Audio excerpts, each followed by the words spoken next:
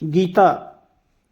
गीता। बड़े होने पर कृष्ण ने कंस का वध किया, नाना उग्रसेन को गद्दी पर बैठाया, देवकी के मृत पुत्रों को लेकर आए और माता पिता को कारागार से मुक्ति दिलाई।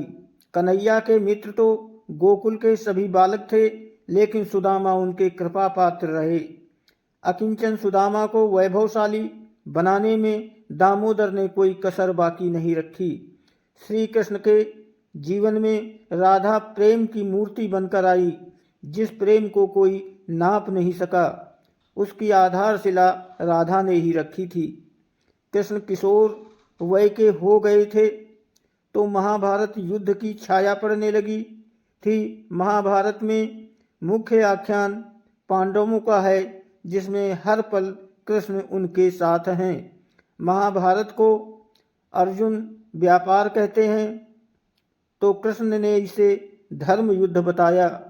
युद्ध के शुरू में ही श्री कृष्ण ने कहा, जहाँ धर्म है वहीं कृष्ण है, जहाँ कृष्ण है वहीं विजय है। महाभारत के छठे पर्व भीष्म पर्व में भगवत गीता है। भगवान ने इसे गाकर अर्जुन को सुनाया, इसलिए इसका नाम गीता पड़ा। गीता श्री कृष्ण ने कहा कि सज्जनों की रक्षा व दुष्टों के संहार के लिए मैं हर युग में अवतार लेता हूँ, इसीलिए महाभारत को धर्म युद्ध कहा जाता है। द्रौपदी को युधिष्ठिर जुए में हार गए।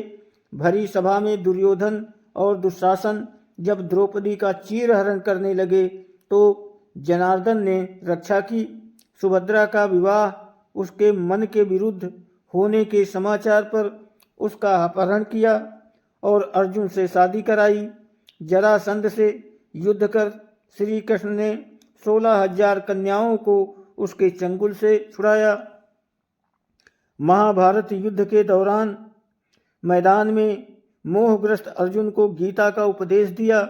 उपदेश देने के लिए शांत जगह चाहिए, लेकिन कृष्ण ने वहां ज्ञान दिया जहां 18 अक्षौहिणी सेना के कोलाहल से किसी को कुछ सुनाई नहीं पड़ रहा था। अपने विराट रूप का दर्शन कराकर अर्जुन का मोह भंग किया। आत्मा के अजर अमर होने की बात बताई। जैसे उद्धव में ज्ञान था लेकिन भक्ति नहीं थी, उसी प्रकार अर्जुन में भक्ति तो थी लेकिन ज्ञान नहीं था। गीता में उपदेश देकर उन्होंने अर्जुन से कहा कि मारे जाओगे तो स्वर्ग मिलेगा और जीत जाओगे तो पृथ्वी। इस तरह पार्थ को युद्ध के लिए तैयार किया। भगवान ने कहा कि जो मुझे जिस तरह याद करता है मैं भी उसी प्रकार भजन करता हूँ। दोस्तों, वीडियो को लाइक और सब्सक्राइब करें। इतनी तो कृपा कर दिया करो यार, कितना टाइम लगता है, आप लोग करते नहीं। प्लीज़, आपको धन्यवाद।